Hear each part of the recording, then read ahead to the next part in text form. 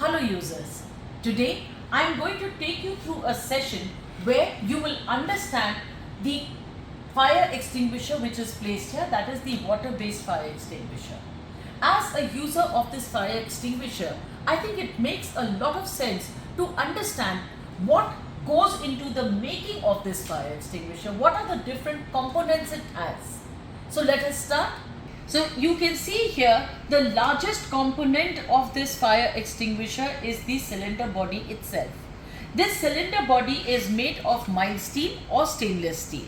Now as you look at the different components, let me tell you that we can actually divide these components into two different parts or two different types. One, those that are visible to you, which we call as the external components, and the second, the ones which are hidden or which are inside this cylinder body, which we will call as the internal components. So let me begin with the internal components. The cylinder body that you see here, which is made of either mild steel or stainless steel, contains within itself the agent, in this case which is clean potable water, that means clean drinking water. And because this water will not flow out by itself, there is a pressurizing agent which is known as a propellant, that is dry nitrogen at 10 bar. Now how does this work? So when the system gets activated or the fire extinguisher gets activated, the valve opens and there is a pressure that is applied by the propellant which forces the water out through this dip tube towards the hose pipe that you can see over here. Now if you look at this dip tube is fitted inside the cylinder with the valve that is there, and the fitting has to be very precise because it is through this dip tube that the agent has to flow out and go into the hose and finally onto the fire. So until and unless this dip tube is not fitted precisely in the cylinder itself, then you will not get the right flow or the right quantity of the agent to be thrown on the water, which is considered to be approximately 90%. At least 90% of the agent should be thrown out of the cylinder onto the fire. Now let me take you through the the other parts which are there. Now when you look, I spoke to you about the cylinder being pressurized by dry nitrogen. This is a stored pressure type of cylinder. When I say stored pressure, it means that the cylinder, which we call as the agent cylinder, not only consists or not only houses the agent, it also houses the dry nitrogen which is pressurized. Therefore the body of the cylinder is always under pressure, and therefore what we need for this is a valve, something that contains the cylinder's pressure within itself till it is activated. So at the neck of this cylinder, the fire extinguisher cylinder, you will find that there is a valve here. The work of this valve, which is which is forged out of brass, the work of this valve is to ensure that the pressure of the cylinder and the contents of the cylinder are not thrown out, do not come out of the cylinder unless and until the cylinder is activated. Now how do I get to know whether the pressure within the cylinder is enough or not? If the pressure is not enough, the cylinder may not work or may not work effectively. Therefore, every cylinder that we see of Ceasefire would have the state-of-art pressure gauge attached to the valve over here. This state-of-art pressure gauge, as you can clearly see, has 3 different zones marked, 2 in red and 1 in green. The 2 red zones denote that the cylinder's pressure is either way too much or too little, and the cylinder cannot or should not be used. When the needle is pointing on the green zone, the cylinder is deemed fit and you can use it to fight the fire. Now how do we activate the cylinder?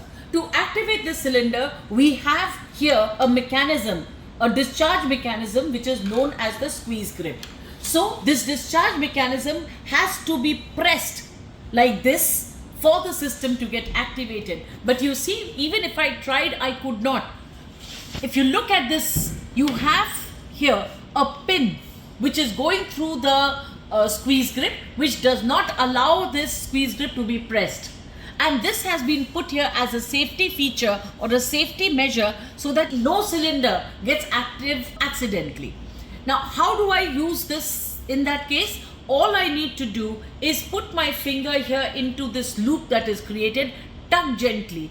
When I tug this gently, the yellow lock which is there at the end gets thrown out and the pin is pulled out. Now I can easily press this grip here for me to be able to activate the cylinder. Once I activate the cylinder, the valve opens, allowing the contents of this cylinder to be thrown out through the dip tube on into the hose. Now, the squeeze grip that we just said is used to activate the cylinder can also be used to lift the cylinder and use it. Right? Now, here, if you see, the cylinder is activated and the agent is thrown out by the propellant into the hose. This hose that you can see is an EPDM rubber hose, which is very sturdy and flexible and does not get brittle or does not crack under the harsh conditions as well. The hose, as you see here, culminates in a nozzle. So this is the nozzle for the water fire extinguisher. In Ceasefire, you will find that every different type of fire extinguisher has its own specific type of nozzle, and this has been decided on the basis of a lot of research that is done on these fire extinguishers. Now, as you can see, on both sides of the hose, you have these clamps. These clamps are known as ferrules, and these are made of stainless steel. The aim is to hold the hose pipe very steadily and strongly here at this part near the at the valve, so that it does not come out from here, and it also holds the nozzle with the, or rather connects the nozzle with the hose pipe.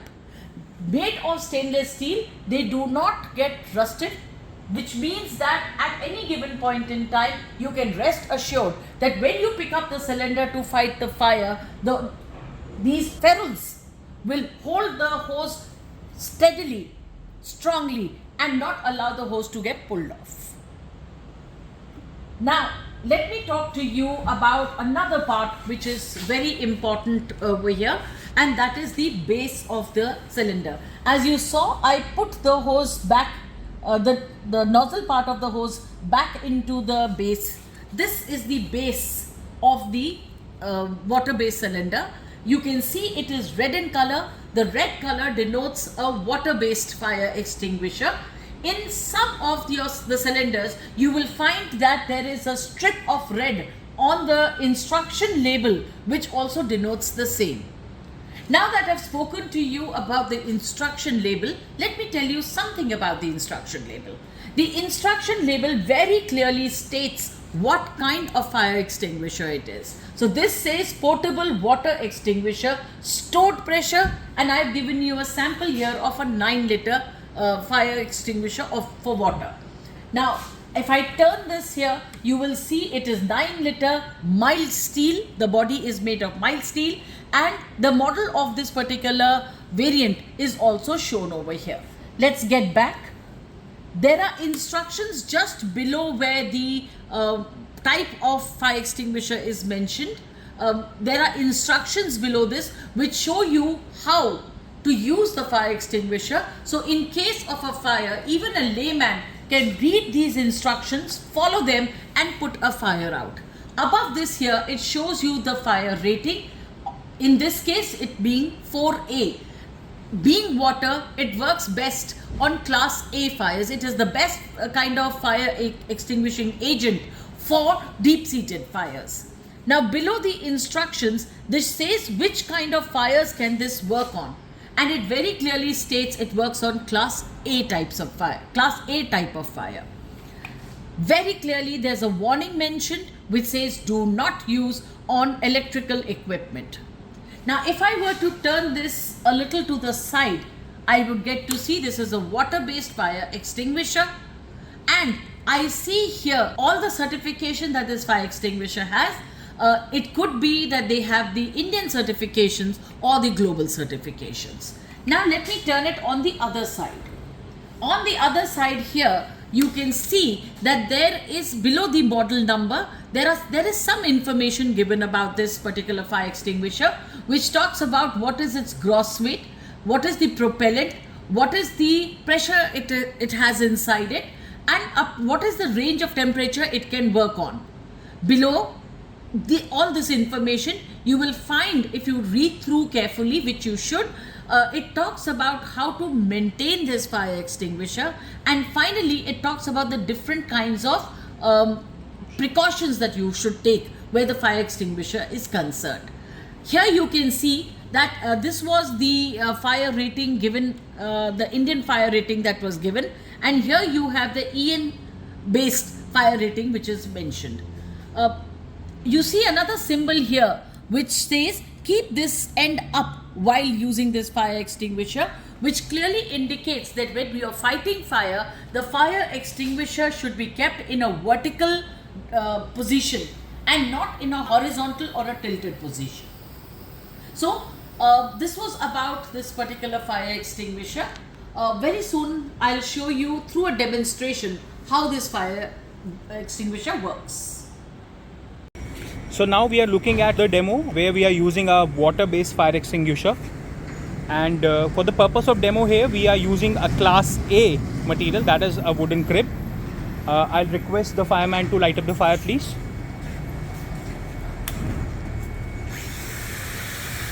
We need to understand that before looking at the fire extinguisher, we need to look at the pressure gauge.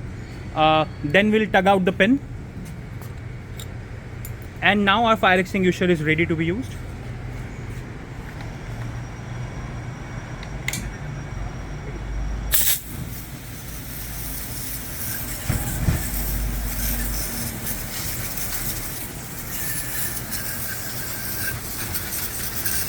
So now water has quickly converted itself into steam and absorbed the heat and doused the fire completely.